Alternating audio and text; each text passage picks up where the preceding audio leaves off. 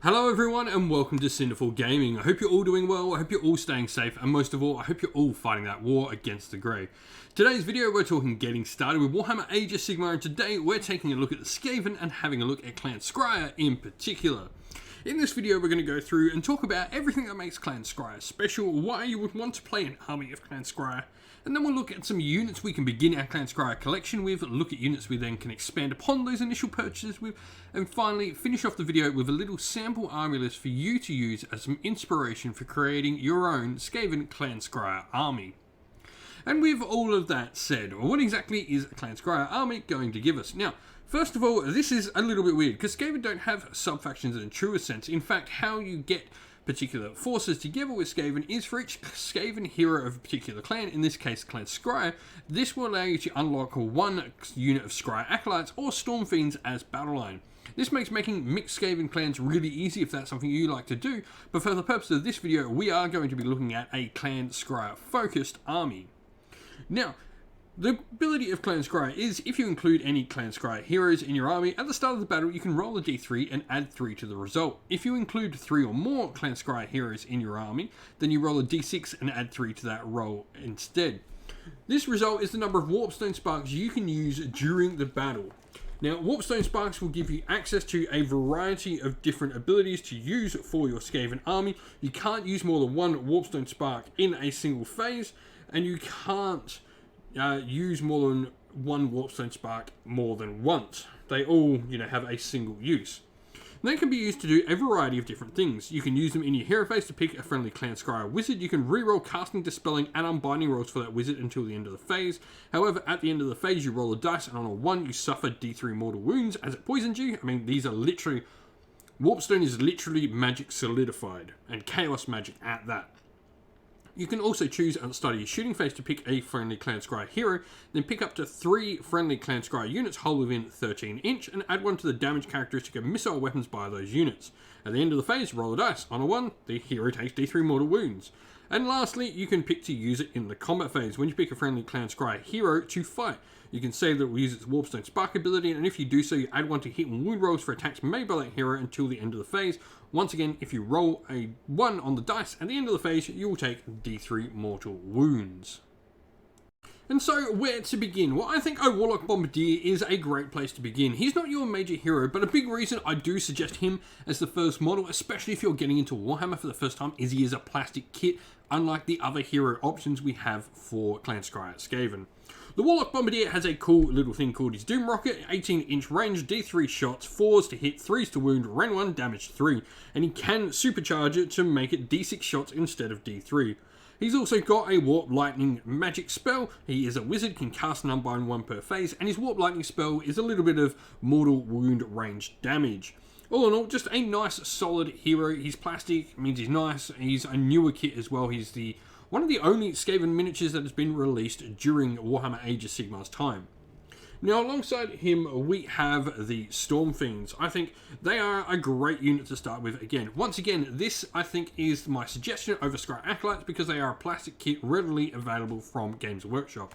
Skryre Acolytes we'll talk about in just a sec.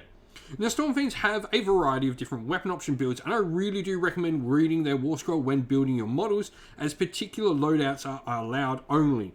So, for example, you can have either your poisoned wind launchers or your warpfire projectors. You can have either the grind fists or rattling cannons, or you can have the doomflare gauntlets or shock gauntlets. You can't sort of mix and match, but you can mix and match between those 3. So you could have, the first 3 or the second 3, or a mix of, around there. But you can't have, a warpfire projector and a wind launcher on the same one of 3. Now, really interesting. So all of these different weapons have a variety of different abilities. You can do ranged mortal wounds, you can do long range damage, you can do lots of shorter ranged damage, you can do combat damage. I think Storm Fiends can pretty much solve any problem you have in a game of Warhammer Age of Sigmar. And it's just an amazing kit to build and paint. I absolutely love Storm Fiends. So with that said, let's look at how we can expand upon these initial purchases.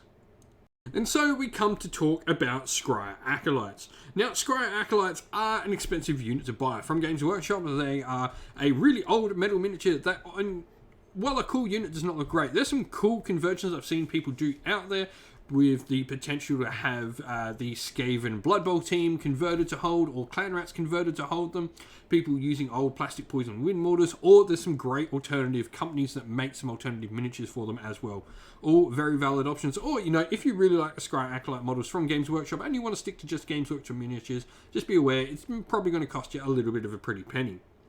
Now, they do have a Poison Wind Globe, 9-inch range, 1 attack, 3 and 3, Ren 2, damage D3.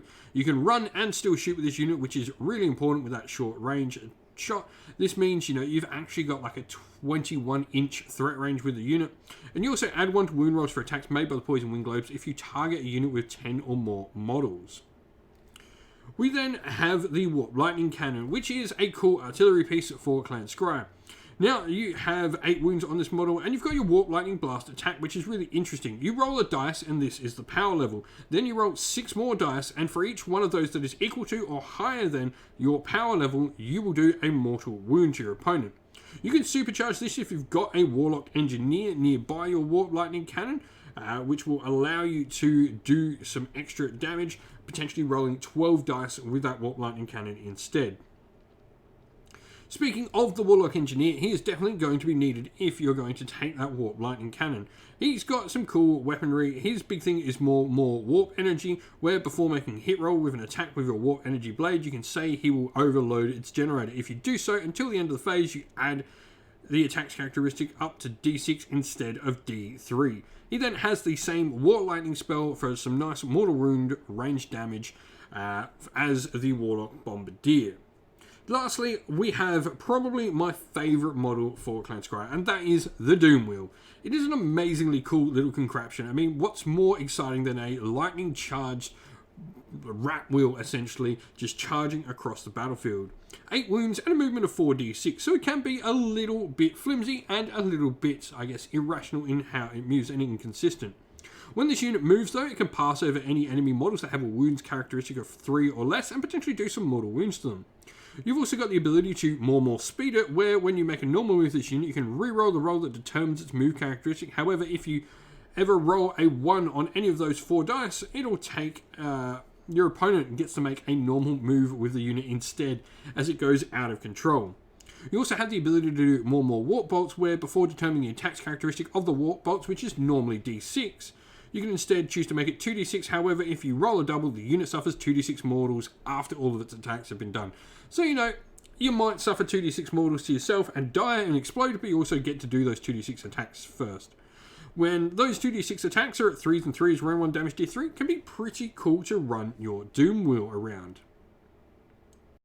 And so here we have our sample army list for Skaven Clan Skryre. Now, we've gone for the Mortal Realm Chamon. It just seems narratively to fit for me. We've got the Grand Strategy, No Place for the Weak. This is when the battle ends, you complete this Grand Strategy if there are no battle lines in your opponent's starting army on the table. When we've got a lot of shooting like we do in this army, I think it's a pretty good Grand Strategy to have. Now we've got our Warlock Bombardier, who is going to be our general for the army. He's going to have the the command trait, Deranged Inventor. This command trait is going to give him some extra sort of benefits that are going to allow him to boost up the rest of our Skaven Clan Skryre units. At the start of your shooting phase, you can pick a friendly Clan Skryre unit, hold within 13 inches of him, and add 1 to the hit rolls with missile weapons for that unit. He's then got the Brass Orb, which I think is a really fun artifact for Clan Skryre. You effectively, once per battle at the start of your hero phase, can pick an enemy unit within 6 inches of the bearer, roll the dice on a 3-up, you remove that unit from the battlefield, and your opponent has to set it up in their own territory, 9 inches away from enemy units. We then have our Warlock Engineer and our Warlock Bombardier. Both of them are going to have more warp power, more warp power, which is going to give +1 hit and wound rolls for attacks made by a unit, however, giving a unit D3 mortal wounds at the end of the next hero phase as well. A pretty cool spell to have, and we've got a double there just because it is so important. We're more than likely, other than this, going to be something like a Mystic Shield or doing Warp Lightning, so I think it's a really solid spell.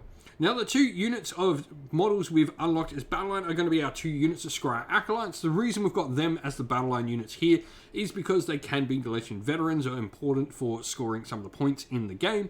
And then we've got both of them reinforced, so 2 units of 10. And Then we've got 3 Storm Fiends with wind launchers, rattling cannons, and a unit of shock gauntlets for some nice ranged damage. And also, they're pretty decent in a fight in combat as well. Even with their clubbing blows, they're still like damage 2, which is really nice.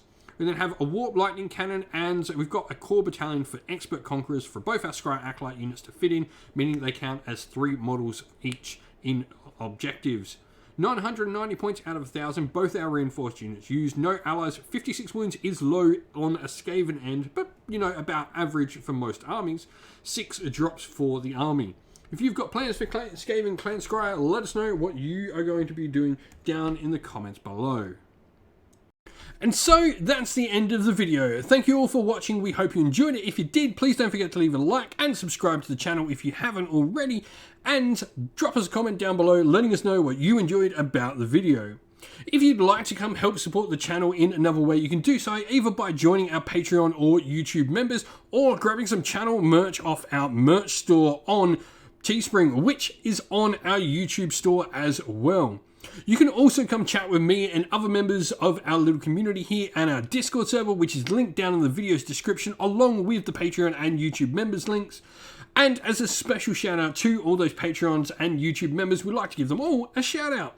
So thank you to our Patreons: Christian Weir, James Soren, Greenskins Gaming, AJC, Kenny Lowell, Outer and Shot First, Andrew Bowen, Nathan Fee, The Rising Ape, Q Dynamic, Agu, Anthony B, Anton Nilsson, JJ Austrian, Average Wargamer, Domir, Mark Harvey, James Cater, Derek, and Giapi390. And a special thank you to our YouTube members: Greenroost Gaming, Kenton Young, Chris Wallace, Ronya, Locke Lorick, The Johnny84, David Ellsworth, Revenar, Wolfric Nick, Broken Chef, Ariana Edwards, Sean Scott, Pink Nico Fire, and Robin Mankiller as well. Lastly, a special thanks to Lady Witchfox Art, who does all the amazing artwork for the channel, and to everyone who comes on the channel and helps us create everything we do. Thank you all for watching once again, everyone. Stay safe, stay well, and most of all, keep fighting that war against the grey. Ciao for now.